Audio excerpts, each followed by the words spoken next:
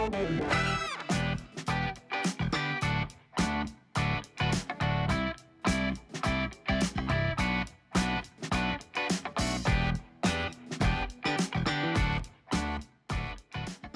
guys, Sean here at the Gardener Center. So if you've been watching our videos, we've been doing them for well over a year now, you definitely realize at this point that we're not offering up repeats or reruns around here. This is all fresh content every week.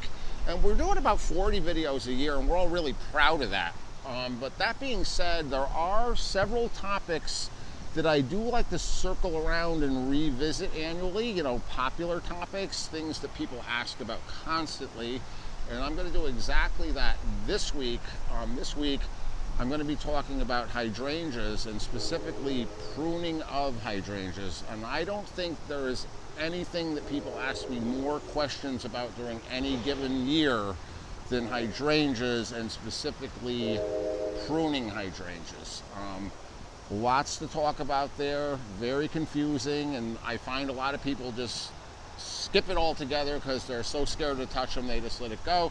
So if you have hydrangeas, I'm going to be covering them all this week and how to prune them and when you shouldn't, so please stick around. All right guys, so the topic of pruning hydrangeas has always been a tricky one. It's always been a tricky question to answer. You know, if somebody asks, when can I prune my boxwoods, or when can I trim my arborvitaes? That is an easy question for a horticulturist to answer. When the question is, when do I prune my hydrangeas, then some detective work is necessary, because you really have to find out what kind of hydrangea you have. There are several different kinds. Some bloom on old growth, some bloom just on new growth. And this was complicated 20 or 30 years ago, and then 20 years ago when Bailey Nurseries introduced the endless summer reblooming Mophead Hydrangea, that made things even more complicated. So I'm going to try and sort things out as best I can today, because hydrangeas are really popular here, and it's very possible you may have 2 or 3 of these types of hydrangeas at your house already. So what I'm going to do first is I'm going to talk about the 4 different kinds of hydrangeas that I have here, and then I am going to talk about the differences in their pruning and the pruning techniques. So I'm going to start over here. This happens to be an Annabelle type hydrangea. This one is from Monrovia Nurseries, part of their Seaside Serenade series, and it is called Bar Harbor. And Annabelle has the really big white fluffy flowers. They're the first one to bloom. They usually bloom in the end of June, beginning of July. Next to that, probably the most popular one, this is the Mophead, or sometimes florist hydrangeas. Think of the big blue ones you see in Nantucket, in Martha's Vineyard, and out on Cape Cod. The ones that everybody loves, the Mophead hydrangeas right here. Not as common as the other 3, but one of my favorites is the oak leaf hydrangea here. A little different from the other ones. We'll talk about him in a minute. And then over here, this is probably just as popular as the Mopheads over here. This is a paniculata type hydrangea. This one's called Strawberry Shake. Years ago, when I first started in the business, we called these PG hydrangeas.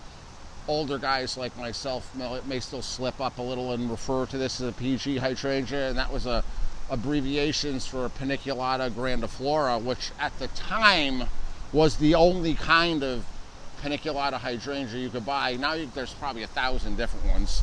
Strawberry Shake from Monrovia is this guy here. So that's the 4 kinds.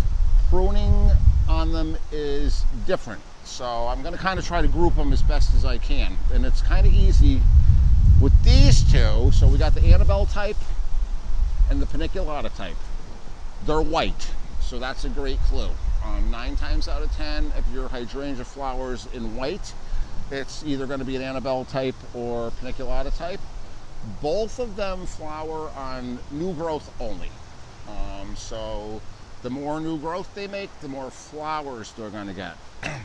Annabelle type hydrangeas, and this one is the Seaside Serenade Bar Harbor here. This is a compact variety. It only grows about 3 to 4 feet tall and 3 to 4 feet wide. But I still like to cut them down all the way, almost to the ground every year. Especially if you have Annabelle hydrangeas at home that are 3 to 4 feet tall and 3 to 4 feet wide. But I still like to cut them down all the way, almost to the ground every year. Especially if you have Annabelle hydrangeas at home that are 3 to 4 feet tall and 3 to 4 feet wide. But I still like to cut them down all the way, almost to the ground every year. like really big. A common complaint I hear about hydrangeas is they're too big for where they are, and now I'm afraid to prune them. So Annabelle is a good one to cut down to the ground. You can almost kind of treat it like a perennial because it grows. It usually has lots of stems coming out from the ground, so you can almost treat that one like a semi-woody perennial and cut that back down every year. I usually like to cut them back in the fall. As you can see, they're not, once we get to the end of October, they're not much to look at anymore. So I like to take them right down to the ground after we have our first frost. You know, right, maybe 6 to 8 inches above the ground. And they're going to reach their full height every season. So if you have an Annabelle Hydrangea and you cut it down to 6 or 8 inches above the ground, it's still going to be 3 or 4 feet tall and flower next June or July. So you don't have to worry about that with Annabelle. The paniculata types, a little different, and these guys also, once we get to the end of the season, I don't think they bring a lot to the party as far as appearance. But this time of year, it's nice to take some of these inside the house and put them in a vase or something. So you don't cut these guys down to the ground, but you do cut them back hard. You know, this is kind of a go big or go home situation with the paniculata hydrangeas. Pruning them just a little bit really doesn't benefit them at all, and these guys tend to get overgrown. I know a lot of you have paniculata type trees. Those are the ones that are grown on the single stem, and then they have a canopy, and they're really cute, and they look like a lollipop when you buy them. But then 10 years later, they look like Cousin It from the Addams Family, and you can't see the stem anymore. And I've had several people come in with pictures of those this year, and it's not even anywhere near a hydrangea tree anymore. And the same thing with those. You know, prune all of those long arching branches up back to the tree and make it into that kind of lollipop shape again. Don't be afraid to cut them back hard. People are terrified to prune their hydrangeas, and the absolute worst thing that's going to happen is they're not going to bloom next year. That's the worst case scenario. So if you can't use your side door to your house anymore because of your hydrangeas, and I actually had a lady approach me about that this year, get your door back, you know, cut your hydrangeas, and, you know, worst case scenario, you're not going to have flowers next year. So these two, cut away all you want. Annabelle type and paniculata type. Everybody's favorite over here, the Mophead. This is where it gets tricky. 20 years ago, reblooming types of Mophead hydrangeas were introduced. So now when people are asking about pruning their Mophead hydrangeas, I have to do a little more detective work. Is it a blue or a pink or a red hydrangea? If it is, then it's a Mophead type. Was it planted in the last 15 or 20 years, or was it planted longer than that? Because chances are pretty good if you planted hydrangeas in the last 15 or 20 years, it is a reblooming type, which means they flower on old and new growth, and you can cut these guys back as much as you like, because they're going to flower on old and new growth. It's best to not cut them back all the way, but you can cut them back kind of like the Annabelle if you want to. If they were in the ground for more than 20 years, you know, then we're talking about Nico Blue and these really old-timey hydrangeas that only flower on old growth.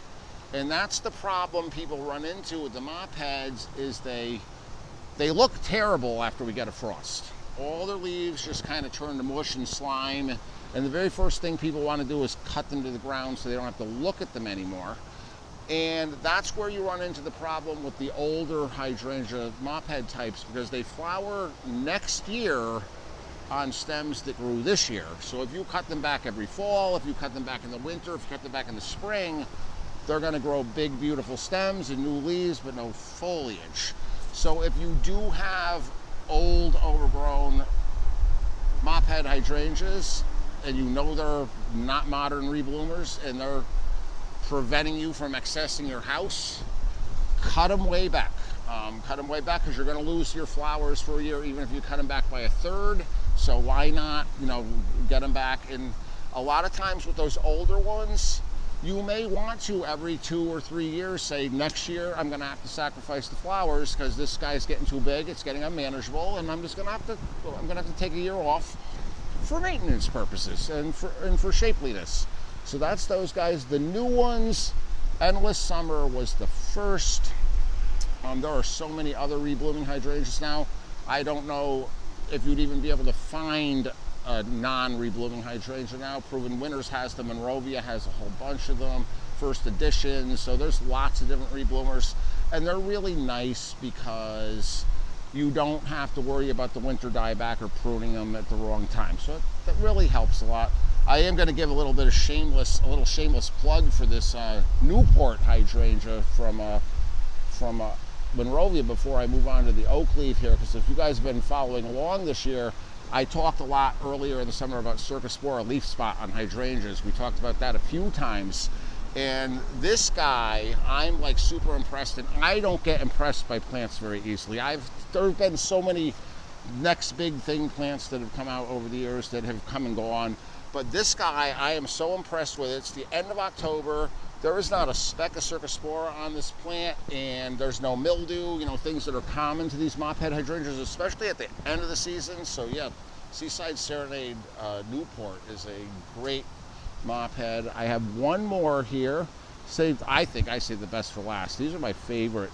I saw these for the first time when I was very young, still in college on a trip to Tennessee. And I saw these blooming, believe it or not, at a rest area. And I was like, I knew a little bit about hydrangeas at the time, but not much. And I was like, wow, those are awesome. And I've been a fan ever since. I talked about how non-spectacular these other three look in the fall.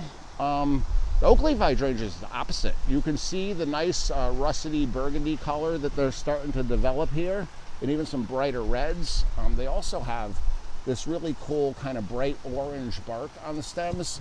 So these guys, I don't like to prune these at all. They look great in the fall. Then they look great in the winter because they have those nice orange stems that kind of stand out against the snow, and they add a lot of winter interest.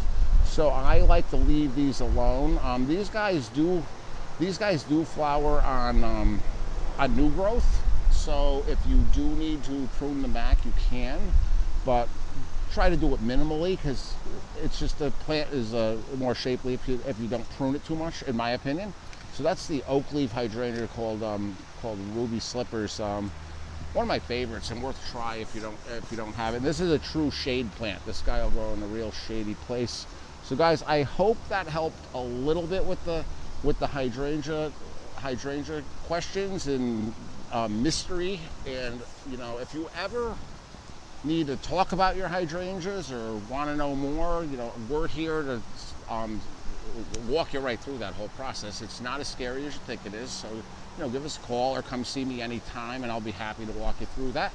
Guys, as always, thank you so much for watching, and I'll see you next time.